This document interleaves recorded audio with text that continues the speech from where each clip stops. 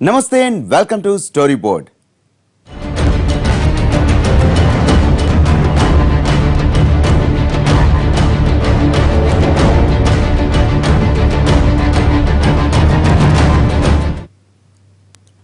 అమ్మాయి పెళ్లికి బంగారం కొనడానికి షాప్ కి వెళ్తున్నారా? అయితే మీరు అనుకున్న దానికన్నా ఓ 10,000 ఎక్కువే పట్టుకెళ్ళండి. బంగారం రేటు అమాంతం పెరిగిందేమో అనుకోవద్దు. బంగారం కొనే భారతీయులపై మరోసారి కేంద్రం గురిపెట్టింది. 2 లక్షలకు మించి నగదు రూపంలో బంగారం కొంటే 1% TCS చెల్లించాలని కొత్త రూలు పెట్టింది.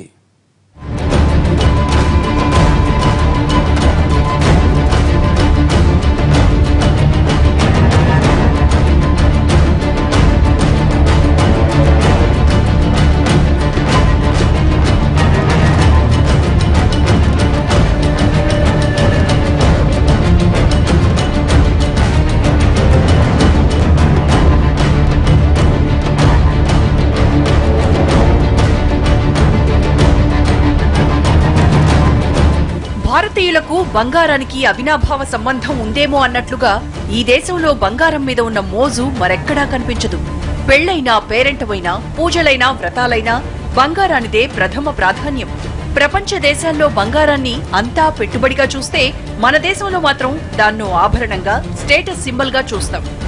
వాసం ఉన్న ప్రతి ఇంట్లోనూ కనీసం వీసమెత్తైన బంగారం ఉండి తీరుతుంది. అందుకే కేంద్రం ఇప్పుడు బంగారాన్ని టార్గెట్ చేసింది.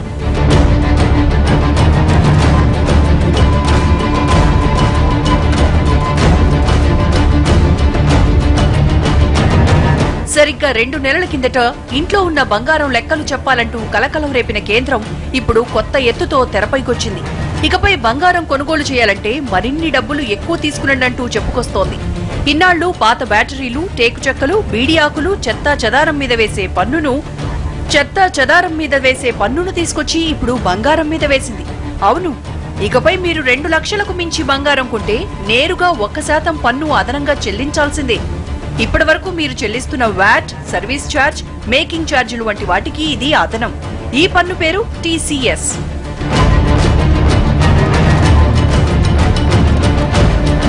TCS అంటే ట్యాక్స్ కలెక్టెడ్ ఎట్ సోర్స్. అంటే కొనుగోలుదారుడు అమ్మకందారుడికి చెల్లించే పన్ను అన్నమాట. ఇన్నాళ్లు బంగారం దిగుమతి దగ్గర నుంచి చివరికి దాన్ని కొనుగోలు చేసే వరకు ఎన్నో స్థాయిల్లో పన్నుల భారం పెంచుకుంటూ వినియోగదారుడి నెత్తిన భారం మోపుతూ వస్తున్న బంగారం రేటు ఇప్పుడు మరింత భారం కానుంది.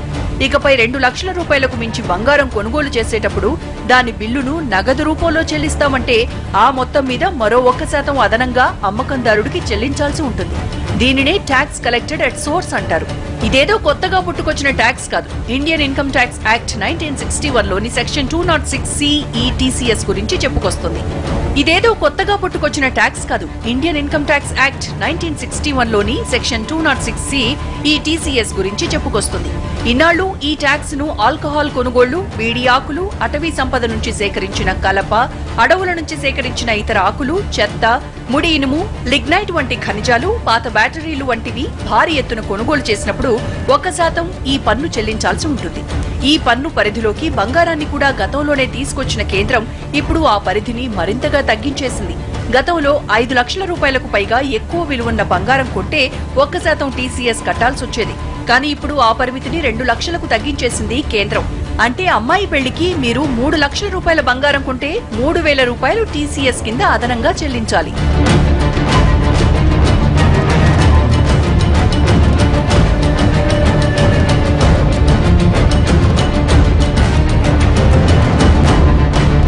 TCS వచ్చింది, ట్యాక్స్ కలెక్షన్ సోర్స్.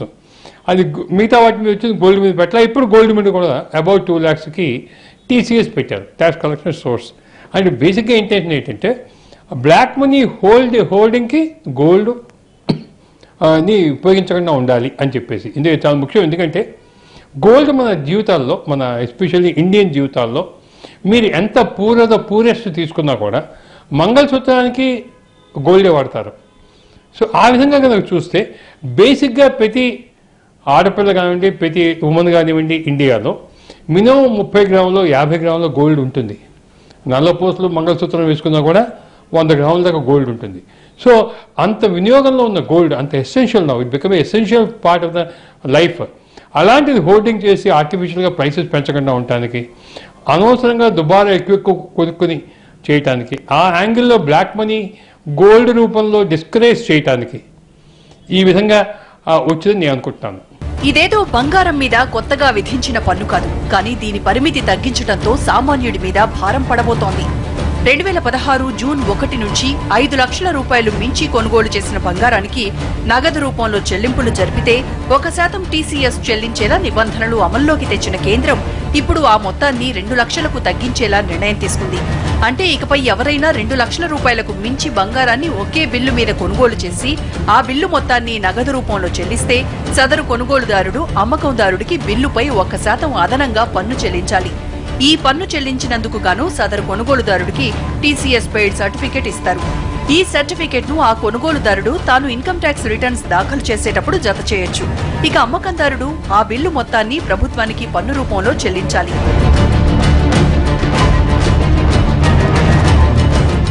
ఇప్పటి వరకు మనకు తెలిసి స్టేట్ గవర్నమెంట్లో సేల్స్ ట్యాక్స్ ఉందండి. మరి స్టేట్ గవర్నమెంట్లో వ్యాట్ ఇప్పుడు అది జిఎస్టీ రావాలి, ఇంకా జిఎస్టీ రాలేదు కదా మనకు. జిఎస్టీ వస్తే అది సెంట్రల్ ట్యాక్స్లో కలిసిపోతుంది. యాజ్ ఆన్ టుడే వ్యాట్ ఉంది గోల్డ్ పైన, అది 4% కాదు, అది 1% ఉంది. అగ్రికల్చరల్ ఇంప్లిమెంట్స్ పైన 4% పెట్టారు, కానీ ఇప్పుడు ట్రాక్టర్కి వ్యాట్ అన్నది 4% ఉంటే గోల్డ్కి 1% ఉంది. కాబట్టి సేల్స్ ట్యాక్స్ 1% ఉంది, ఇప్పుడు టీసీఎస్ 1%. కానీ 1% రీఫండబుల్, వాడికి ట్యాక్స్ లయబిలిటీ లేకుంటే. టీసీఎస్ ఇప్పుడు కేంద్ర ప్రభుత్వం పెట్టింది, కానీ స్టేట్ గవర్నమెంట్ పెట్టింది బట్టి నాట్ రీఫండబుల్. 1% మాత్రం అది కట్టాలి, అది గవర్నమెంట్ పోతుంది. నవంబర్ 8న పెద్ద నోట్లు రద్దు చేస్తూ కేంద్రం ప్రకటన చేసిన తర్వాత దేశవ్యాప్తంగా నగదు రహిత లావాదేవీలను, బ్లాక్ మనీని అరికట్టేందుకు తీసుకుంటున్న చర్యల్లో భాగంగా బంగారం కొనుగోళ్లపై టీసీఎస్ ను 2 లక్షలు దాటిన బిల్లులపై చెల్లించాలని ఆదేశాలు జారీ చేసింది. ఈ ఏడాది ఏప్రిల్ 1వ తేదీ నుంచి ఈ పన్ను అమల్లోకి వస్తుందని స్పష్టం చేసింది. ప్రస్తుతం పార్లమెంటులో ఉన్న ఆర్థిక బిల్లు 2017 ఆమోదం పొందితే ఇకపై 2 లక్షలకు మించిన బంగారం కొనుగోళ్లు నగదు రూపంలో జరిగితే దానిపై ఖచ్చితంగా 1% టీసీఎస్ చెల్లించాల్సింది.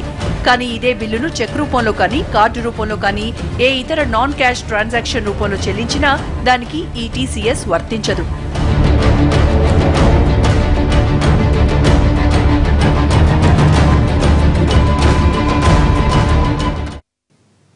కేంద్రం మన బంగారాన్ని టార్గెట్ చేసిందా? ప్రజల దగ్గరున్న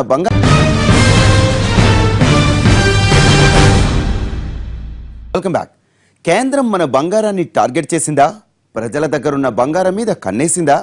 పెద్ద నోట్ల రద్దు తర్వాత ఇంట్లో బంగారం మీద కన్నేసి చేతులు కాలాక వెనక్కు తగ్గిన కేంద్రం ఇప్పుడు మరోసారి సామాన్యుడి మీద భారం మోపడానికి టీసీఎస్ పరిమితి తగ్గించింది. అసలు కేంద్రం ఏమనుకుంటోంది? ఆదాయం కోసమే ఇలా బంగారం మీద టీసీఎస్ విధించిందా? ఈ భారాన్ని ఇక సామాన్యుడు మోయాల్సిందేనా?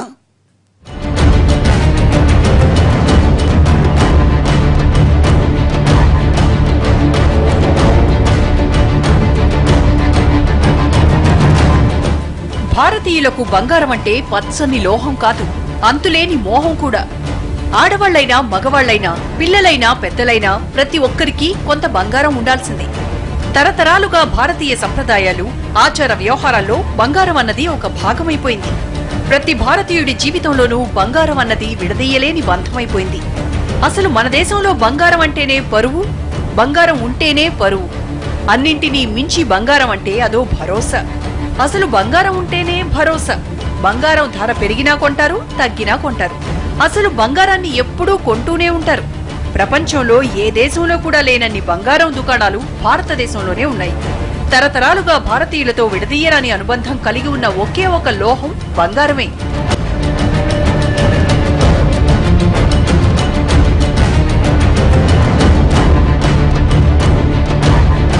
పెళ్లిళ్లు, పేరెంటాలు, శుభకార్యాలకే కాదు, ఇంట్లో జరిగే వ్రతాలు, పూజలకు కూడా బంగారం కొనుక్కోవడం సగటు భారతీయ మహిళ అలవాటు.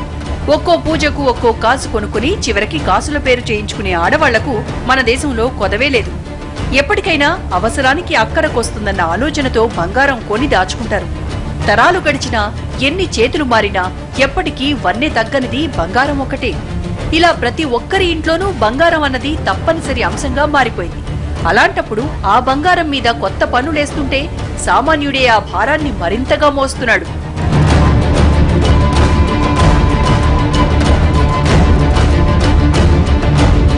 2 నెలల కిందటి వరకు దేశంలో ఉన్న బంగారం మీద కొత్తగా పన్నులేస్తామని, ప్రతి ఇంట్లో ఉన్న బంగారం లెక్కలు చెప్పాలంటూ ఆర్థిక మంత్రి అరుణ్ జైట్లీ చేసిన ప్రకటన యావత్ దేశాన్ని కుదిపేసింది. ప్రజల ఇళ్లలో తరతరాలుగా వస్తున్న బంగారాన్ని తూకం వేసి దానికి పన్నులు కట్టిస్తామంటూ కేంద్రం చెప్పుకొచ్చింది. ఇప్పటికే లెక్కలేనన్ని పన్నులేసి సామాన్యుడి పళ్లూడగొడుతున్న కేంద్రం ఎప్పటికప్పుడు కొత్త పన్నులెయ్యాలనే చూస్తోంది. అందుకే భారత్లో ప్రతి ఒక్కరి దగ్గర కామన్ గా ఉన్న బంగారాన్ని టార్గెట్ చేసింది.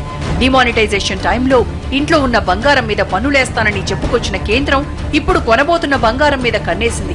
అందుకే వెనక ముందు ఆలోచించకుండా దాని మీద పన్నేసింది. గతంలో ఒక్కొక్కరి దగ్గర ఎంతెంత బంగారం ఉండాలో లెక్కలు చెప్పుకొచ్చిన కేంద్రం అంతకన్నా ఎక్కువ బంగారం ఉంటే మాత్రం పళ్లూడగొట్టి మరీ పన్నులు వసూలు చేస్తామని హుంకరించింది. వివాహిత వద్ద 500 గ్రాములు, అవివాహిత అయితే 250 గ్రాములు, పురుషుల దగ్గర 100 గ్రాములకు మించి బంగారం ఉండకూడదని తేల్చేసింది. మీ ఇంట్లో బంగారం తరతరాలుగా వస్తున్నా మీరు నిన్న మొన్ననే కొన్నా సంబంధం లేకుండానే పన్నులు వడ్డిస్తానంది. కానీ దీనిపై దేశవ్యాప్తంగా మహిళా లోకం ఆగ్రహించడంతో వెనక్కి తగ్గింది కేంద్రం. ఉన్న బంగారం మీద పన్నులేయడం కష్టం అనుకుందో ఏమో తెలియదు కానీ ఇప్పుడు కొత్త రూట్లో వచ్చి ఇకపై కొనబోయే బంగారం మీద పన్నులేసేలా తాజాగా టీసీఎస్ పరిధిని 2 లక్షలకు తగ్గించింది.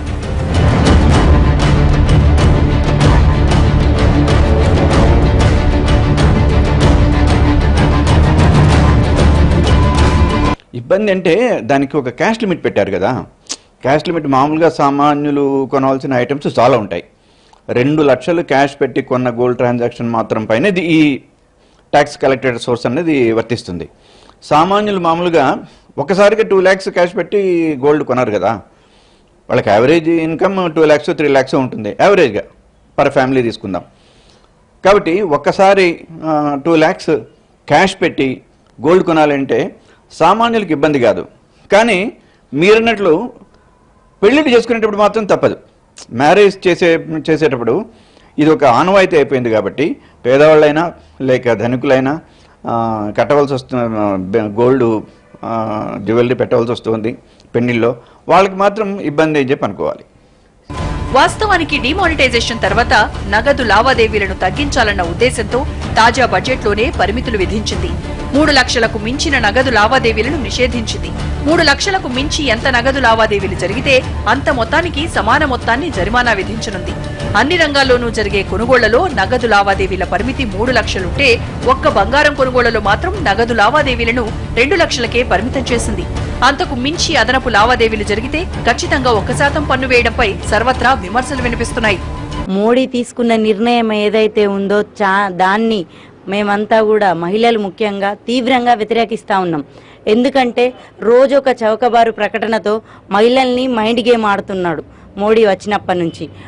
మొన్న చూస్తే మహిళల దగ్గర 50 తులాలకు ఎక్కువ మించి గోల్డ్ ఉండద్దని చెప్పి అప్పుడు అన్నారు. ఎందుకు ఉండద్దు? ఉంటది తప్పకుండా. మళ్ళీ ఈ రోజు చూసినట్టయితే 2 లక్షలకు మించి బంగారం కొనద్దని చెప్పి అలాంటి పిచ్చి ప్రకటనలు ఇవ్వడం వల్ల మహిళలు చాలా అయోమయ పరిస్థితుల్లో పడతా ఉన్నారు. ఎందుకంటే ఇప్పుడు ఒక అమ్మాయి పెళ్లి కుదురుతుంది, 2 లక్షల బంగారమే కొంటామా? 5 లక్షలు కొంటాం, 10 లక్షల బంగారం కొనుక్కుంటాం. ఆడపిల్లల పెళ్లిళ్ళు వచ్చినాయంటే 5 తులాల బంగారం ఎవరైనా పెట్టుకుంటుండ్రా? మామూలుగా పని చేసే వాళ్ళు కూడా 2 లక్షల బంగారం కొంటుండ్రు. ఏదైతే 2 లక్షల బంగారం కొంటారో దానికి కూడా 1% ట్యాక్సీ టీటీసీ కట్టాలనడం చాలా ఇది ఎంత నీచమైన ప్రకటన అంటే. మొత్తంగా కేంద్రం తీరు చూస్తుంటే భారతీయుల బంగారాన్ని భారీ ఎత్తున టార్గెట్ చేసిందని అర్థమవుతోంది. గతంలో ₹1,00,000కు మించి బంగారం కొంటే పాన్ నెంబర్ చెప్పాలని రూల్ పెట్టిన కేంద్రం ఇప్పుడు 2 లక్షలకే పరిమితి విధించడంపై పలు విమర్శలు వినిపిస్తున్నాయి. సామాన్యుడికి అత్యవసరమైన బంగారం కొనుగోళ్లపై ఇలా పన్నులేసి అదనపు ఆదాయం రాబట్టుకోవాలనుకోవడం నిజంగా కేంద్రం అత్యాశకు అద్దం పడుతోంది. సామాన్య మధ్యతరగతి జీవుల నుంచి అన్ని వర్గాల వారికి అవసరమైన బంగారం మీద పన్నులేస్తే చచ్చినట్లు కడతారులే అన్న కేంద్రం ధీమా చూస్తుంటే ప్రతి ఒక్కరి కడుపు రగిలిపోతోంది.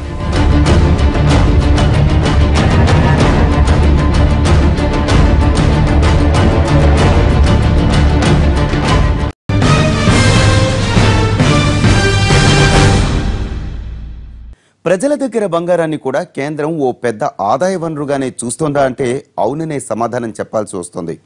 3 నెలలుగా క్యాష్లెస్ ఎకానమీ అంటూ ఊదరగొట్టేస్తున్న కేంద్రం అందులో భాగంగానే ఈ టీఎస్ఈ పన్ను అనువర్తించామని చెబుతోంది.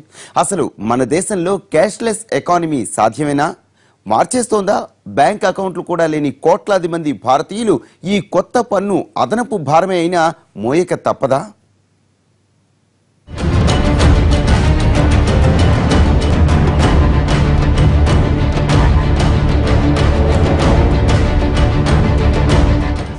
నగదు లావాదేవీలను కట్టడి చేయడానికే గతేడాది బంగారాన్ని కూడా టీసీఎస్ పరిధిలోకి తెచ్చింది కేంద్రం. అలా తెచ్చి ఏడాది తిరగకుండానే ఇప్పుడు ఆ పరిధిని 2 లక్షలకు కుదించేసింది. మొన్నటి బడ్జెట్లో 3 లక్షలకు మించిన నగదు లావాదేవీలను నిషేధిస్తూ నిర్ణయం తీసుకున్న కేంద్రం బంగారం కొనుగోళ్లలో మాత్రం 2 లక్షలనే పరిమితిగా విధించింది. అంటే బంగారం మీద వీలున్న అన్ని దారుల్లోనూ ముక్కుపిండి పన్నులు వసూలు చేయాలని గట్టిగా నిర్ణయించుకున్నట్టు తెలుస్తోంది. అందుకే బంగారం విషయంలో టీసీఎస్ ను 5 లక్షల నుంచి 2 లక్షలకు కుదించింది. భారతీయులకు బంగారానికి విడదీయలేని సంబంధం ఉంది. ఈ దేశంలో బంగారం కొనుక్కునేది ఆభరణాలుగా వేసుకోవడానికే కాదు, అవసరానికి అక్కరకొస్తుందన్న ధీమాతో కూడా కొంటారు. ఇంట్లో బంగారం ఉంటే ఎలాంటి అవసరం వచ్చినా నెట్టుకొచ్చేయొచ్చు అనుకుంటారు. అలా 100 కోట్ల మంది భారతీయులు తమ పెళ్లిళ్లకు, పేరంటాలకు కొనుక్కునే బంగారం మీద అదనపు పన్నులేస్తామంటే దాని మీద తీవ్రమైన వ్యతిరేకత వస్తోంది. నిజానికి మన దేశంలో 85% లావాదేవీలు నగదు రూపంలోనే జరుగుతాయి. డిమానిటైజేషన్ తర్వాత కూడా నగదు కొనుగోళ్లు సజీవంగానే ఉన్నాయి. ఇప్పటికిప్పుడు వాటిని తగ్గించేలా చర్యలు చేపట్టాలనుకోవడం కష్టసాధ్యం. ఇంకా చెప్పాలంటే మన దేశంలో బంగారం కొనుగోళ్లు 90% పైగా నగదు రూపంలోనే సాగుతూ వస్తున్నాయి. గ్రామాలు, పట్టణాల్లో పిల్ల పెళ్లికి బంగారం కొనడానికో లేక రైతులకు పంట అమ్మగా ఒకేసారి చేతికొచ్చిన డబ్బులతోనూ బంగారం కొనాలంటే వాళ్లు ఖచ్చితంగా నగదు ఇచ్చే కొంటారు. ఒక్క రాకెట్తో 104 శాటిలైట్లను కట్టగట్టి అంతరిక్షంలోకి తీసుకెళ్లిన మన దేశంలో ఇప్పటికీ 45% మంది ప్రజలకు బ్యాంక్ అకౌంట్లే లేవు. ఇక గ్రామాలు, పట్టణాల్లో వీరి సంఖ్య చాలా అధికం. అసలు బ్యాంక్ అకౌంట్లు లేకుండా నగదు రూపంలో కొనుగోళ్లు జరపకూడదంటే దాని అర్థం ఏంటి? సామాన్యుడు చచ్చినా బతికినా తమకు అనవసరం, తాము వేసిన పన్నులు మాత్రం కట్టాల్సిందే అని కేంద్రం శాసిస్తోందా? గ్రామాల్లో 10% కూడా బ్యాంక్ అకౌంట్లు లేవు. అలాంటప్పుడు వారికి చెక్కులు, స్వైపింగ్ కార్డులు ఎలా వస్తాయి? దేశంలో 127 కోట్ల మంది ప్రజలుంటే వారిలో క్రెడిట్ కార్డులు వాడుతున్న వాళ్లు 3 కోట్ల మంది. ఇలాంటప్పుడు సామాన్యుడు నగదుతో కాకుండా ఎలా కొనుగోలు చేస్తాడు? 6,600 పల్లెలు ఉన్నాయి, బిలో 2000 పాపులేషన్ ఉండేటివి. మొత్తం పల్లెలు ఎన్ని ఉంటాయండి తెలంగాణలో? 11,000 ఉంటుంది. అంటే మోర్ దాన్ 50% ఉండే విలేజెస్లో బ్యాంకు బ్రాంచెస్ కేవలం 104 మాత్రమే ఉన్నాయి. క్యాష్లెస్ ట్రాన్సాక్షన్ అంటే ఇవడుగు ఒకటికి బ్యాంక్ అకౌంట్ ఉండాలి. మన ఇంట్లో పని మనిషిని కానివ్వండి, లేకుంటే డ్రైవర్ని కానివ్వండి అడగండి, బ్యాంక్ అకౌంట్ ఓపెన్ చేయడం ఎంత కష్టమో వాళ్ళు చెప్తారు. పట్టణాల్లో ఉన్న చిన్న చిన్న బంగారం దుకాణాల్లో సగానికి పైగా ఎస్టిమేషన్ బిల్లులే తప్ప నిజంగా బిల్లులు ఇచ్చేది చాలా తక్కువ. మరి ఇలాంటి బిల్లుల్ని ఎలా లెక్క కడతారన్న దానిపై కేంద్రానికి ఇప్పటికీ ఒక క్లారిటీ లేదు. అసలు అధికారం కోసం మోడీ ఎన్నికల ప్రచారంలో చెప్పిన మాటలకు, అధికార పీఠం ఎక్కాక ఇప్పుడు చేస్తున్న చేతలకు ఏమాత్రం పొంతన కనిపించడం లేదు. తాను ప్రధాని అయితే విదేశాల్లో ఉన్న బ్లాక్ మనీని వెలికి తెచ్చి ఆ సొమ్మును ప్రజల అకౌంట్లలో జమ చేస్తానన్నాడు. కానీ పీఠం ఎక్కిన తర్వాత ఇప్పుడు జనం జేబుల్లో డబ్బు తోచేస్తున్నాడంటూ ప్రజలు ఆక్రోశిస్తున్నారు. అసలు స్విస్ బ్యాంకుల్లో ఎక్కడెక్కడ ఎవరెవరి అకౌంట్లలో ఎంతెంత ఉందో లెక్కలు పక్కాగా తెలిసినా వాళ్లను మాత్రం ఏమీ అనకుండా దేశంలో ఉన్న సామాన్యుల మీద తమ ప్రతాపం చూపిస్తారా అని నిలదీస్తున్నారు. భారతదేశంలో ఎవరెంత తినేశారో విదేశాలకు బ్లాక్ మనీ తరలించి వాటిని మళ్లీ మన దేశంలోకి పెట్టుబడులుగా పంపిన పనామా పత్రాల దగ్గర నుంచి నల్ల కుబేరుల అన్ని బాగోతాలు కేంద్రానికి తెలిసినా వాళ్ల మీద చర్యలు తీసుకోవడానికి మీనమేషాలు లెక్కించే కేంద్రం భారాలేసి సామాన్యుడి నడ్డి విరవడానికి మాత్రం వెనక ముందు ఒక్క క్షణం కూడా ఆలోచించడం లేదు. ముఖ్యంగా ప్రతి ఒక్కరి దగ్గర ఉన్న బంగారాన్ని టార్గెట్ చేసింది. 2 నెలల కిందట ఇంటి బంగారం జోలుకొచ్చి చేతులు కాలేక వెనక్కి తగ్గిన కేంద్రం ఇప్పుడు మరోసారి గోల్డ్కి గురిపెట్టింది. ఈ పన్ను కేవలం నగదు చెల్లింపులకే అంటూ మెలికపెడుతున్నా ఇతర నాన్ క్యాష్ పేమెంట్లు చేసే స్థాయికి మన గ్రామీణులు ఎదగలేదు. వారికి అక్కడ సౌకర్యాలు లేవన్న వాస్తవాన్ని మాత్రం పట్టించుకోవడం లేదన్న విమర్శలు వినిపిస్తున్నాయి. డిమానిటైజేషన్ ఫెయిల్యూర్ గా నిలిచిన తర్వాత క్యాష్లెస్ ఎకానమీ అంటూ కబుర్లు చెబుతున్న కేంద్రం వాటికి అనుగుణంగా ప్రజల్ని ఎడ్యుకేట్ చేయకుండా, దేశవ్యాప్తంగా డిజిటల్ మౌలిక వసతులు కల్పించకుండా ఉత్తపుణ్యానికి కొత్త పన్నులేసి కట్టి తీరాల్సిందే అని దబాయిస్తే ఇప్పుడు సామాన్యుడు మౌనంగా భరించినా తర్వాత దాని ఆగ్రహం చవిచూడక తప్పదు.